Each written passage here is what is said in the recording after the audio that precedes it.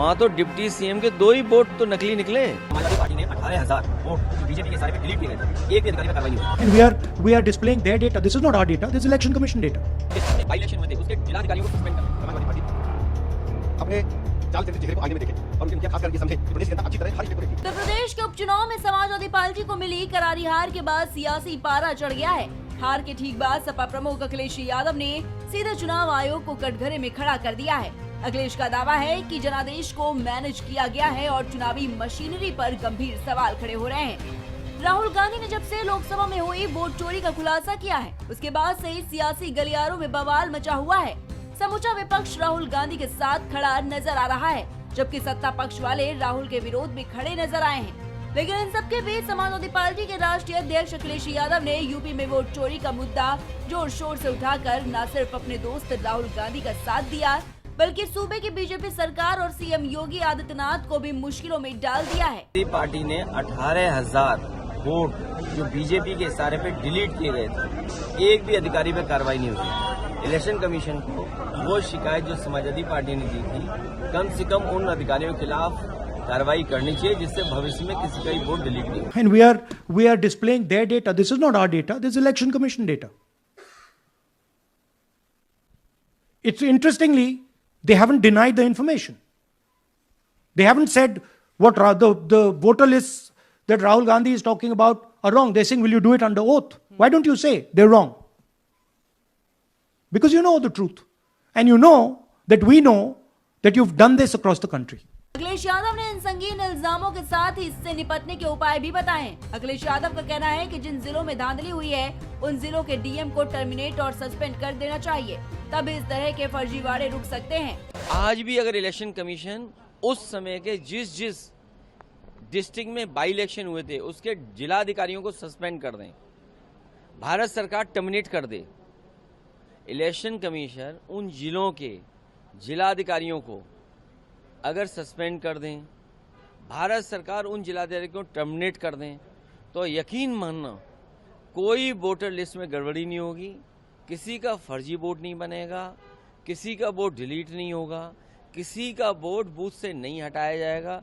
जब तक election commission उन अधिकारियों के सस्पेंड और टर्मिनेट नहीं करेंगे, तब तक ये फर्जीफिकेशन फोर्जरी नहीं रोक पाएगी सरकार। नवंबर 2024 में यूपी की 9 सीटों पर विधानसभा का उपचुनाव हुआ था, जिसमें अखिलेश यादव ने बहुमुश्किल करहल और सीसामऊ सीट जीत पाए थे। अखिलेश यादव की पार्टी रामपुर और कुदरकी में बुरी तरह से हार गई थी। उस वक्त भी अखिलेश यादव ने चुनाव आयोग और बीजेपी पर गड़बड़ी का आरोप लगाया था, लेकिन अखिलेश यादव आज तक चुनाव में गड़बड़ी का एक भी सबूत नहीं दे पाए हैं। तो वहीं बीजेपी ने अखिलेश यादव के आरोप पर तीखा पलटवार करते हुए कहा है कि समाजवादी पार्टी पहले अपने इतिहास को देख ले। मैनपुरी के साथ साथ अगर रामपुर की भी जीत होती तो समाजवादियों की बड़ी खुशी का वक्त भी होता ही है। जहां खतौली में समाजवादी पार्टी और अरवली की जीत हुई है, रामपुर में सरासर बेईमानी हुई है। मुझे याद है जिस दिन जनसभा हमारी और आदरणीय आजम साहब की थी, जगह जगह पुलिस ने रोका लोगों को, प्रशासन पूरी ताकत झोंके हुआ था कि रामपुर में कैसे हार दिलाई जाए समाजवादी पार्टी की। और तमाम वीडियो हैं, तमाम लोग जो पिटे, तमाम लोग जो अपमानित हुए, तमाम लोग जो चोट खाए हैं, वो वीडियोस अवेलेबल हैं। उसके बाद भी इलेक्शन कमीशन ने को जो निर्णय लेना चाहिए था वो नहीं निर्णय लिया। मैं समझता हूँ ये इलेक्शन कमीशन के लिए दुखद बात है। समाजवादी पार्टी अपने चाल चरित्र चेहरे को आईने में देखे और उनके मुखिया खासकर ये समझें कि प्रदेश की जनता अच्छी तरह हर स्टेप को देखती है। प्रदेश के डेवलपमेंट से, प्रदेश के विकास से, प्रदेश को नंबर 1 पर लाने के लिए उनके मन में कोई चिंता नहीं है। इधर कांग्रेस सांसद और लोकसभा में नेता प्रतिपक्ष राहुल गांधी ने वोट चोरी के खिलाफ एक मुहिम छेड़ दी है। इसके लिए उन्होंने एक वेबसाइट लॉन्च की है और लोगों से चुनाव में चल रही कथित गड़बड़ी के खिलाफ कैंपेन में शामिल होने की अपील की है। राहुल गांधी ने सोशल मीडिया पोस्ट में कहा है कि वोट चोरी एक व्यक्ति एक वोट के लोकतांत्रिक सिद्धांत पर हमला है। दूसरी तरफ बीजेपी प्रवक्ता अमित मालवीय ने चुनाव आयोग की राहुल की अपील शेयर करके उनसे डिक्लेरेशन दाखिल करने की मांग की है।